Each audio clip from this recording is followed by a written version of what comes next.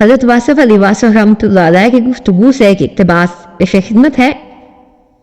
آپ فرماتے ہیں کہ ہر انسان ہر دوسرے انسان سے متاثر ہوتا رہتا ہے۔ ایک انسان دوسرے کے پاس سے خاموشی سے گزر جائے تو بھی اپنی تاثیر چھوڑ جاتا ہے۔ انسان دوسرے انسان کے لیے محبت، نفرت اور خوف پیدا کرتے ہی رہتے ہیں۔ ایسے بھی ہوتا ہے کہ انسان صرف نظر ملا کر دوسرے انسان کے مسائل حل کر دے، اسے باشعور کر دے، اسے عارف بنا دے۔ کچھ انسانوں کا قرب ہی علم کا ذریعہ بن جاتا ہے۔